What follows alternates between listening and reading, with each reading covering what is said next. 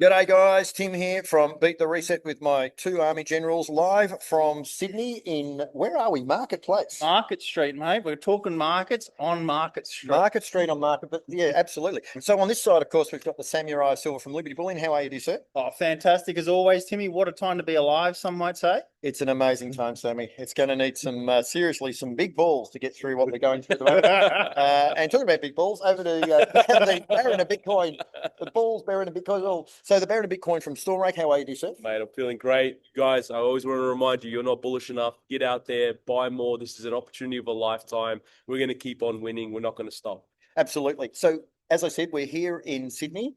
We're getting ready for two things today. We're getting ready for a podcast with Joel Jamal. Yep. That goes for 2 hours and we're going to smash it out. We're going to be talking about all sorts of stuff. Yep.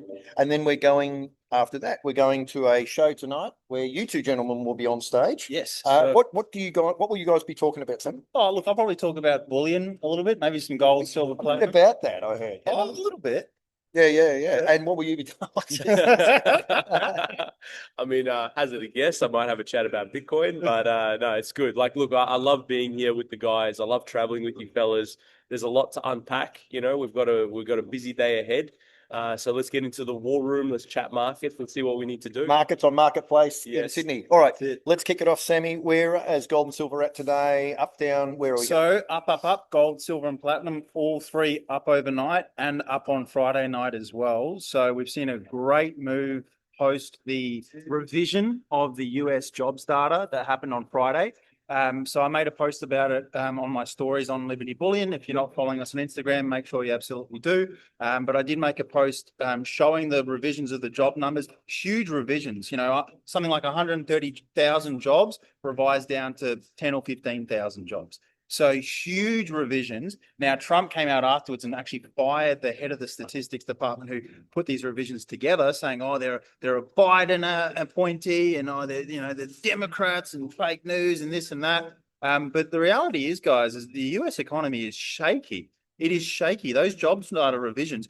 The question is not why they've been revised down so much. It's why they were pumped up and inflated so much in the first place. There's a saying I really like, which there are lies. There are damn lies, and then there are statistics. Yeah, who said that? So that's a famous saying, isn't it? Lies, damn lies, and statistics. It is. Right. Look, 77% of statistics are made up on this. But guys, I think this is something I really wanted to talk about today was the cooking of the book, whether it be inflation data that's been manipulated, whether it's employment data that's been manipulated, all sorts of economic data that's manipulated to give people confidence in the system, that the system's fine. The data says it's all good. And lots of very scientific data-driven individuals look at all the data and they feel really good, but the data's all fake. Can I just say just quickly, economics is a soft science. Yes. Right? It's more art than it is actual hard mathematics.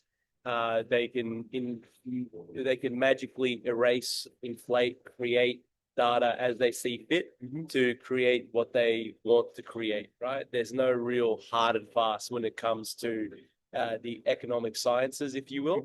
It's not like maths, it's not like physics, it's not like biology where it's quite binary in terms of its outcomes. And I think it's really important to realize that these numbers are only going to continue to get worse. I mean, in Australia, let's take it back home. More than half of the Australian Electoral Commission voter base gets their income directly from the government or through a subsidy via the government.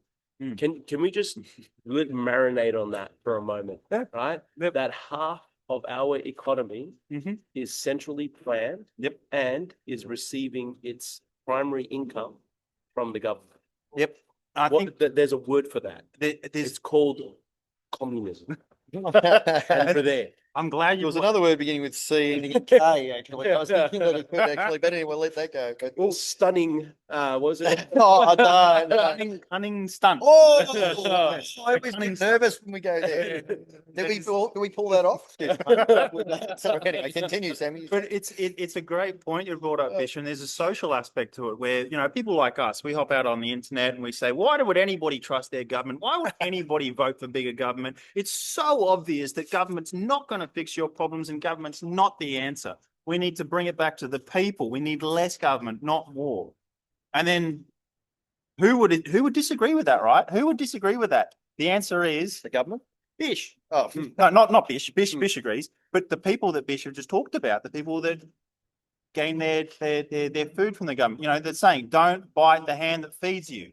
Why would a government want the majority of the population subservient to them through welfare? Makes no sense, right? Right? absolutely. It's pretty bad because like it's getting to a point where we have moved completely away from a free market economy. We've moved away from entrepreneurship. We do not want to support small and medium businesses. We don't want to support mum and dad businesses. It's the amount of businesses that have gone out of operation, small businesses that have gone out of operation in Australia over the last 5 years is horrific. Yep. You go down Main Street in any country town, or you go down Collins Street or anything, all Chapel you're seeing, Street. Chapel Street, all you're seeing is these big brands, right? Your big conglomerates, right? You're not seeing like small owner operator type of shops because it's just like they're getting absolutely squeezed. Like I'll tell you guys something, right? Here at Stormrake, right? We're making money. We're helping our clients make money as well. But this is how crazy our taxation system is in Australia. We make a profit in the business. There's a company tax that's applied, right? On our tax, on our profits in the business. Then when I draw on these profits, because these already taxed profits, I go and take it into my possession or, into my account. I draw on it as a director. What happens is I get taxed with personal income tax. And then I usually buy Bitcoin with, the proceeds of the, business income. So I buy some Bitcoin, and then if I sell that down the road, I get capital gains tax. So on the same dollar that I make in my business that I then, receive back into my account and then buy Bitcoin on, I could be taxed 3 times on the same dollar, ladies and gentlemen. That's not inclusive of GST or any of that other stuff that I pay as well. So it's insane. If you really think about how many times a dollar gets taxed and how much is left with it, the actual effective tax rate is close to 70%, ladies and gentlemen, in this country, right? It's insane, guys. Yep. You're retaining 30 cents of your dollar that you've worked so hard for whilst they're printing currency out of thin air. So that 30 cents that you managed to retain after your heavy level of taxation, your purchasing power is eroded at a rapid rate. Thank God for Bitcoin, gold, and silver. Otherwise, we would be rooted from here till Christmas. Yep, I absolutely agree with you, Bish. And I don't think Australians realise how heavily we are taxed. And a lot of that comes down to businesses bearing the brunt of the tax and then just silently passing that on to the consumer. So when I was in the US recently, I was in a Walmart in Texas and I saw Australian wine, but get this, cheaper than you can buy it in Australia. How does that work? 8,000 miles away, 15,000 kilometers to travel. And it's cheaper than where it was produced. Why is that the case? And I can answer that. I used to work in a wine wholesale business when I was a teenager, and we learned about the wine equalization tax. This was a tax brought in by the government to ensure that wine would not be cheaper than water. The number of taxes that Australians pay without even understanding or knowing what they are, we have 156 taxes in our country. 156. How many do you know about? Well, 5, 10? nearly 157 on unrealized capital gains tax. Can you believe, like, guys, like, We're taxing, yeah. taxes is one of the most hated topics that I have. Because Yes. people come to me and they go, "Oh, but what about my capital gains tax?" Like, guys, as a successful business owner, like, let's not talk about tax. Yeah, let's not. Like, seriously, like, No. it infuriates me. But here's the thing, right?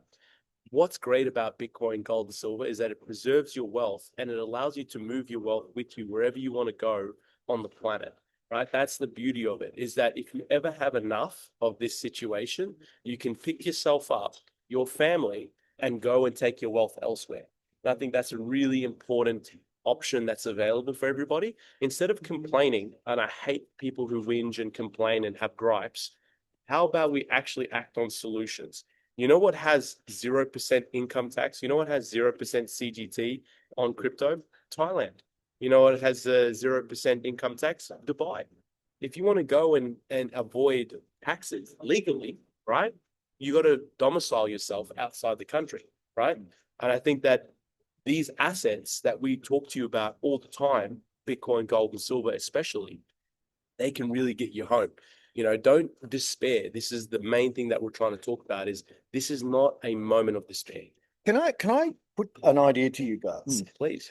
you never really understand what your government is doing when you start to become wealthy. There's a moment when you suddenly achieve wealth, or you achieve the idea of wealth. It's in that moment you realize that your government actually doesn't want that for you. Like you don't. Oh, yeah. Yeah. Go. No. But No, what I'm keep saying, asking what I'm saying is, Just hit a sense. what I'm saying is, Yes. if you're a consumer, you are not at that level yet. No. So you never see it. No. Yeah. And then all of a sudden you figure it out because you Mhm. figure out that working is probably in a job is going to be a dead end. Yep. You're probably going to die in abject poverty. And all of a sudden you go through this motion of, okay, what if I became wealthy? And then all of a sudden you get just above that line where you've just switched over to the wealth. And then all of a sudden it's like, bam, bam, bam, smash. It's like whack-a-mole. It's like smack, smack, smack. Yep. Is that how you guys see it? I absolutely, Timmy, absolutely. Look, coming up in this world, because I was not born wealthy, I was not born rich. I was born in Darwin. And coming up in this world, I've experienced that absolutely. You know, people think, oh, the government, you know, they tax us, they want to make lots of taxes, so they want us to be rich, so we pay more taxes. I used to think that. Not anymore. How did that work out? The government doesn't want you rich. The bank doesn't want you rich either. They all want you poor. So how do you achieve wealth? I mean, this is the thing. I mean, again, as you put your head up out of the water and you take your first breath in the wealth area, and you go, somebody pours water down your throat, and it's like, it's like, did you had some moment there? What were you thinking just then? You had something clicked in you just then.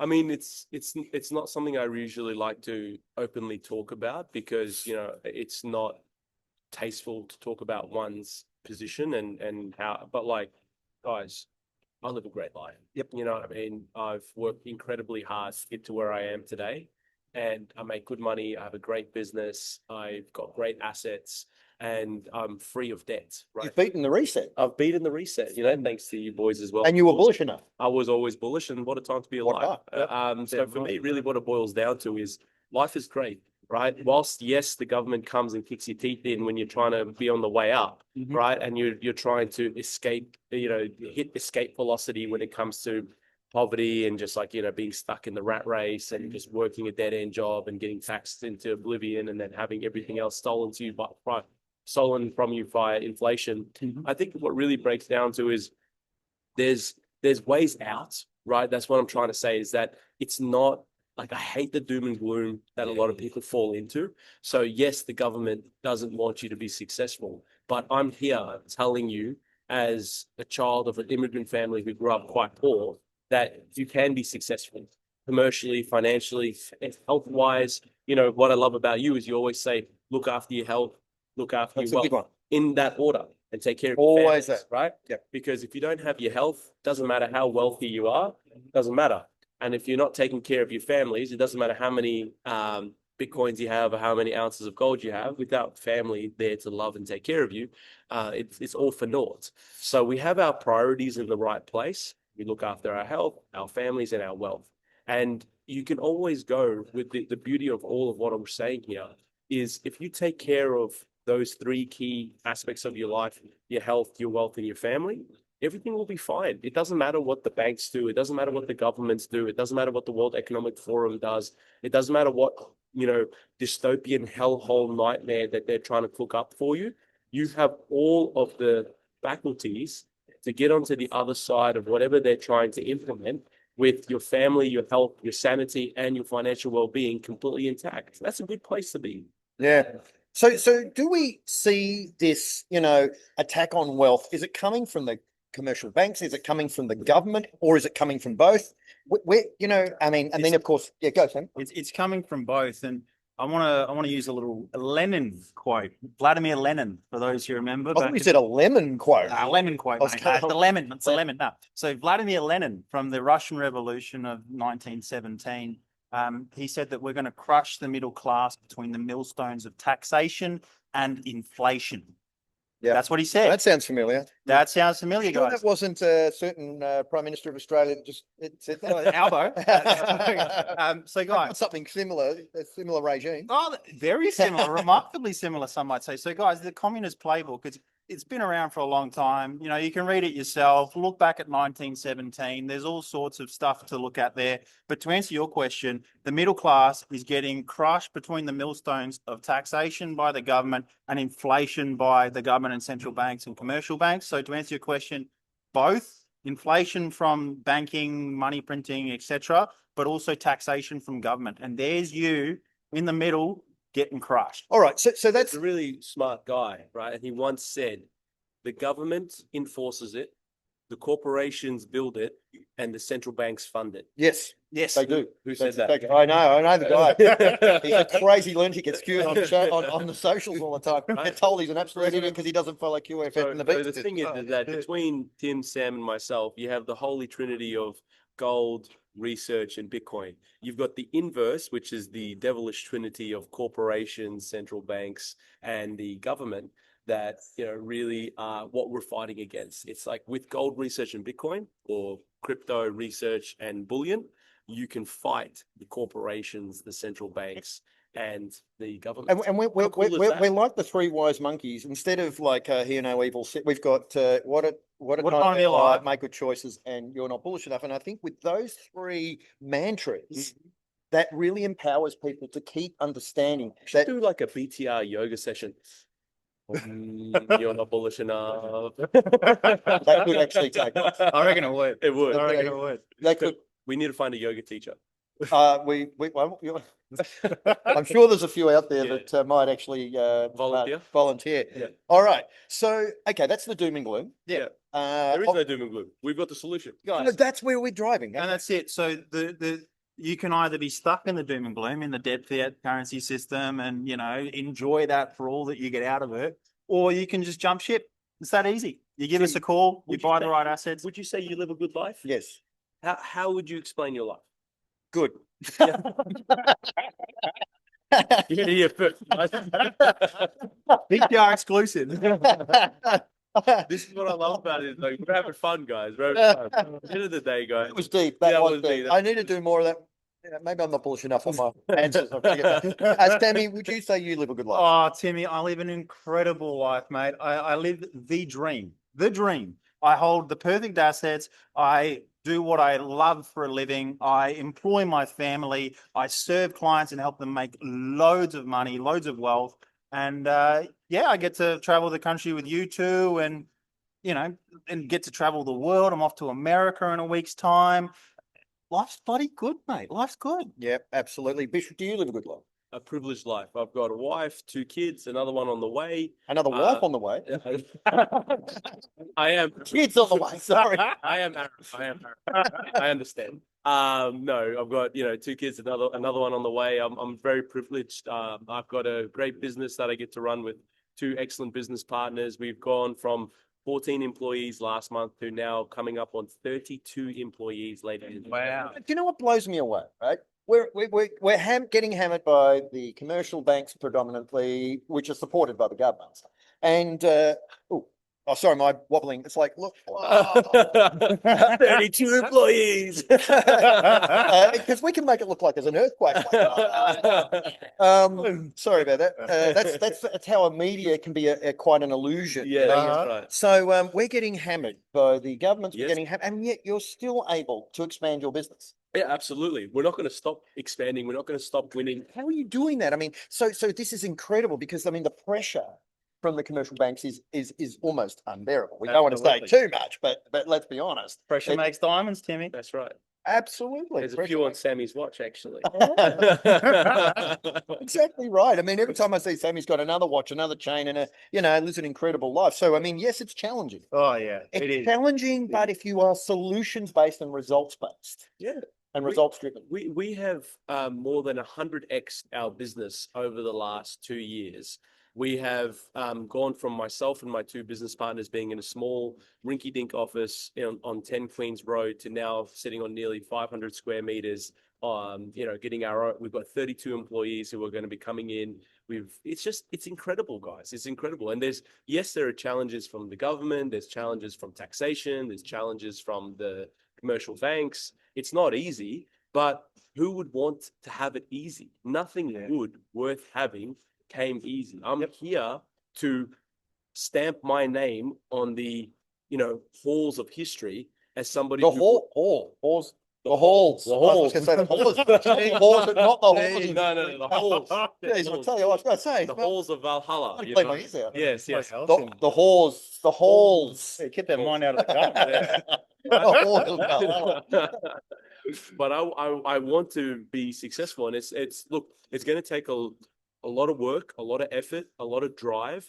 But this is what I love about the position I put myself in, is that my clients don't have to exhaust themselves. They don't have to drain themselves. They don't have to expend, copious amounts of energy trying to build these businesses and provide these solutions, because it's not for you. It's not what I want you to do. I want you to pick up the phone, send an email, have a chat, and we take care of the rest. Are the banks going to make your transfer a little bit difficult? Yeah, sure. But if that's the most difficult part of your day, that the bank makes it hard to buy Bitcoin and precious metals, you're actually living a pretty good life. You know what I mean? Like, I just want to remind people that, if somebody cuts you off on the way to work and, you just go, all hell breaks loose, and that's the worst thing that's happened for you in that day, then you live a good life. If you're trying to make a bank transfer and your bank is making it difficult for you, don't have a mental and emotional and nervous breakdown. Just remain calm, remain collected, give my team a call, send us an email. We can walk you through the process.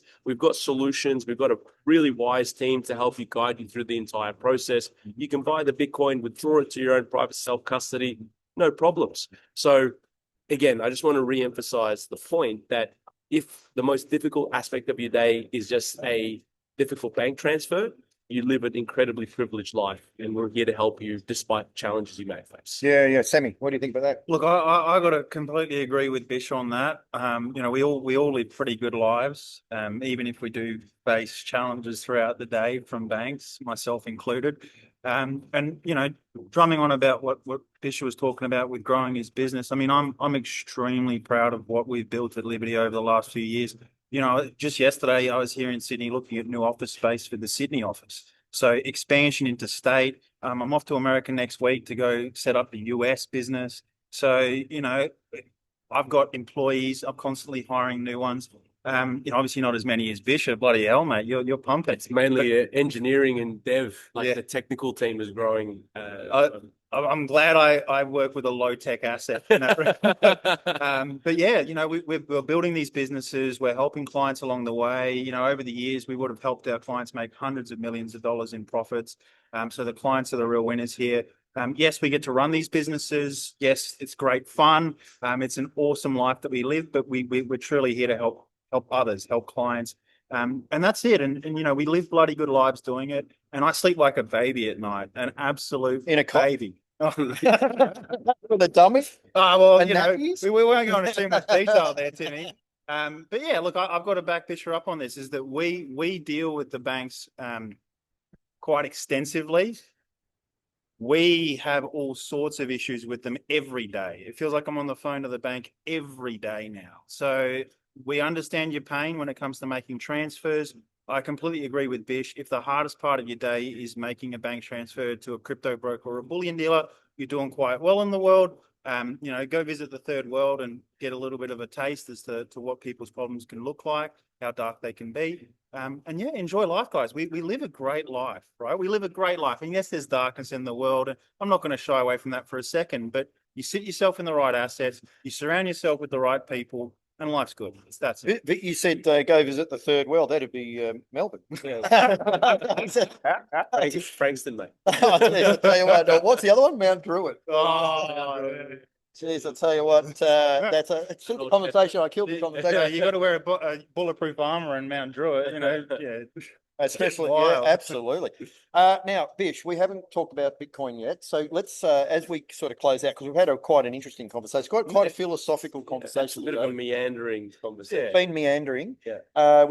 So let's quickly talk about markets, since we are on Marketplace. Absolutely. In Sydney. Yeah. Where's Bitcoin at?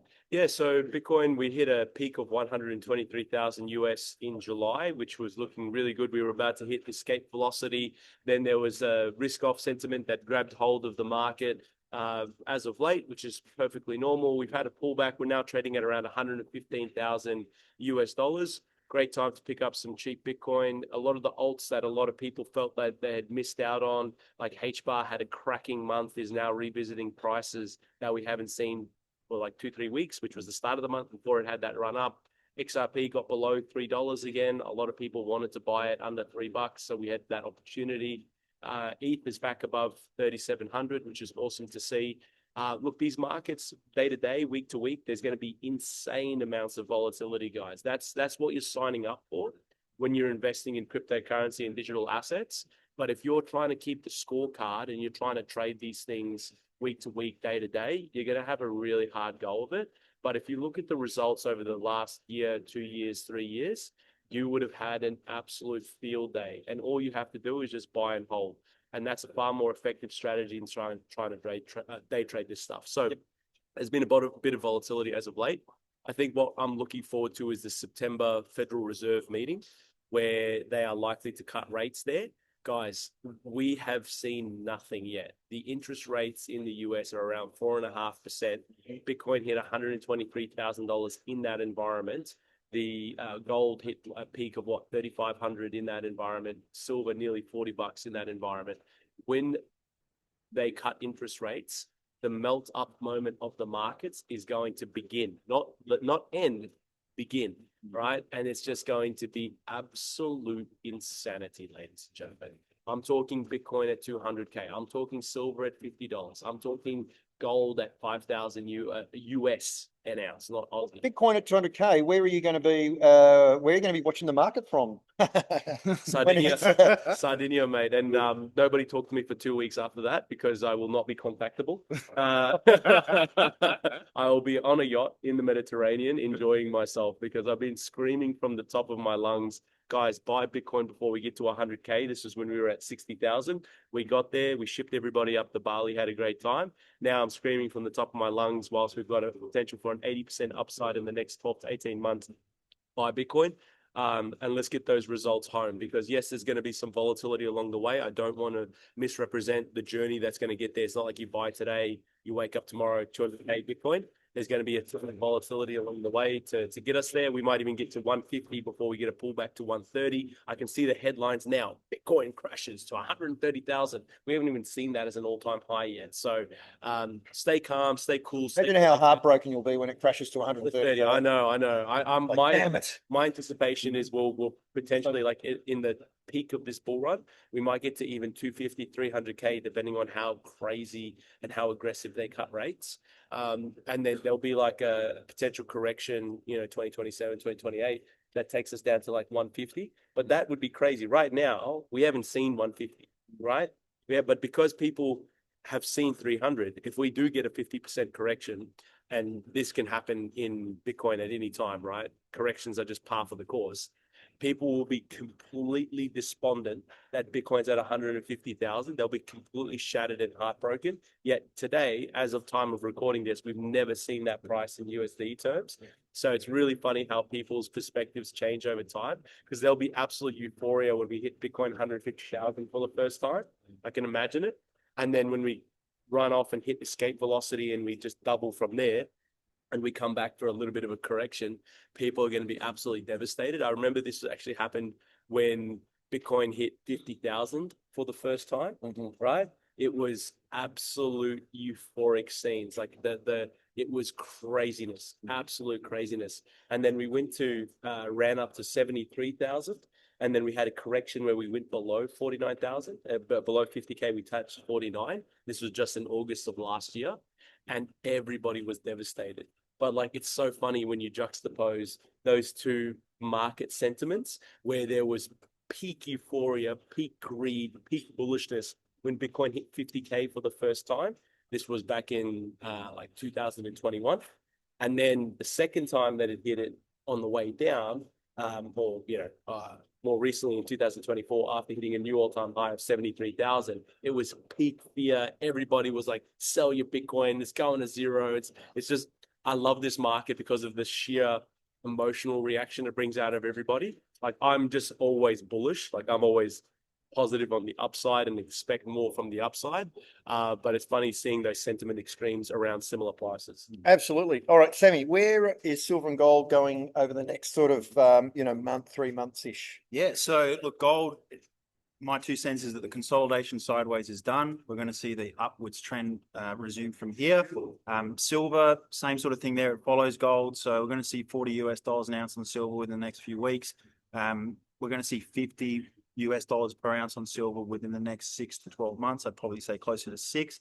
And then once we break through 50 to the upside from there, it's blue skies. It's going to melt faces. It's just absolute insanity. So please, please, please, please get yourself positioned before 40 so that you can celebrate at 40 instead of hopping in at 40. And then when it hits 50, you can celebrate again at 50 instead of hopping in at 50. And then when it hits 100, you're going to be over the moon and, wishing that you'd invested more. So yeah, get allocated now, guys. It's going to run. Absolutely. I came up with this saying on the channel the other day, become wealthier than those who make the rules. Become wealthier than those who make the rules. And here's another one that I came up with. You can only become wealthy by buying. You can't become wealthy by selling. Yes. So become a net buyer. Because I noticed that consumers, do you like that? So you only become wealthy when you buy. Yep. Now it's the total opposite to what everybody comes on the channel for. Yeah. People have asked me, how would you best describe wealth? Become a net buyer of wealth assets. Don't become a net seller. Yeah. If you're selling your orchard and cutting down your orchard, next season you'll have no fruit. Yeah. Yep. That's the end. You Yeah, like, great. 100%. you like I that? love good. that. I love That's that. good. That I'm juicy for that one. Yeah. That's awesome. Yeah, That's good. it's pretty juicy. Yep. All right, so Vish, some wise words from the Baron before we go. Guys, you're not bullish enough. Get out there, focus on these assets. What we're here to help you is transition through a pretty volatile period of time in global economic unrest. There's a lot of uncertainty going on in the world. Bitcoin as a monetary asset has not reached the collective zeitgeist or collective imagination of being a monetary asset. There's only 7% of the global population has used Bitcoin in everyday transactions. We are still incredibly early to this wonderful asset class. Stay cool, stay calm, stay collected, and make sure that you're actually using your Bitcoins. Now, whilst we don't want to sell them, be a net buyer. I am certainly a net buyer every single month, but I am not shy of using my Bitcoins, right? Use your Bitcoin as a transaction, use your Bitcoin as a store of value, use your Bitcoin as a means of exchange, use your Bitcoins as a way to preserve your wealth over time. It has these dual characteristics, these dual properties for a reason. Because of its limited supply, its limited mintage, you can buy as much of it as you like and appreciate your wealth over time. But because it is a digital asset, you can either convert it for Aussie dollars or spend it in kind whenever you like at light speed. So get out there, guys. Let me help you get ahead and let's keep on winning. And the word Bitcoin, sometimes you can put an S on the end of it, and sometimes you don't need the S on the end. I'll give you an example. Yeah. I have 10 Bitcoin or I have 10 Bitcoins. Wow. Can I just say, for all the grammar people out there, the academics, which is the right way to say it? I mean, All right, I just thought I'll leave it with that. All right, Sammy, some wise, because it's going to be used interchangeably, right? Yeah, It's like I have, let's just say BTC. it's like gold. Gold could be plural or singular. I have a lot of gold. Could be. Yeah. Are you saying gold is a they them? That's opening up a can of worms. Timmy. All right, Sammy, over to you. Some wise words. What are your thoughts? Some things for Guys, what a time to be alive. First and foremost, look at the big beautiful bill in the US, doubling the US budget deficit from 2 to 4 trillion. Look at Jerome Powell dropping interest rates because of this data revision when it comes to jobs data. Look at the cooking of inflation data. Guys, the writing is on the wall for all to read, and all you have to do is read it, give us a call, buy, and all of a sudden you can be moving ahead in life at rapid speed, light speed. Where if you don't, you can see the writing. Oh yeah, that looks good. That looks good. I'm going to sit in my bank account, and you'd be better off if you'd never even read the writing at all, because at least ignorance is bliss. For those who are not ignorant but not benefiting from their knowledge, I feel really sorry. So, guys, if you're gonna look into this stuff, which you absolutely should be doing, there's nothing more important than this stuff. You need to take action. Otherwise, there's no point. become a net buyer. That's Yeah. it. You cannot become wealthy by selling your assets. That is not a thing. You cannot produce juicy fruit in an orchard if you're going to cut your orchard down every Yep. year. It's not wise. So that's an interesting thing. And just on the big beautiful hill, during Obama's reign, it Mhm. was the big beautiful Mike, by the way. So they've changed it. So are we suggesting maybe Melania's name is actually Bill? But anyway, the big beautiful Bill. All right, anyway, that's it for me. That's good. We'll leave that alone. All right, once again, that brings us to the close. We'll move on now to Joel Jamal's podcast, grab a bit of lunch before we go. Thank you, gentlemen, for taking your time. As always, thanks for the energy, thanks for the information, the knowledge that you bring and share with this incredible audience. In the meantime, guys, look after your health, look after your families, and Make good. choices. Make good choices, everybody. See you soon. Thanks, everyone.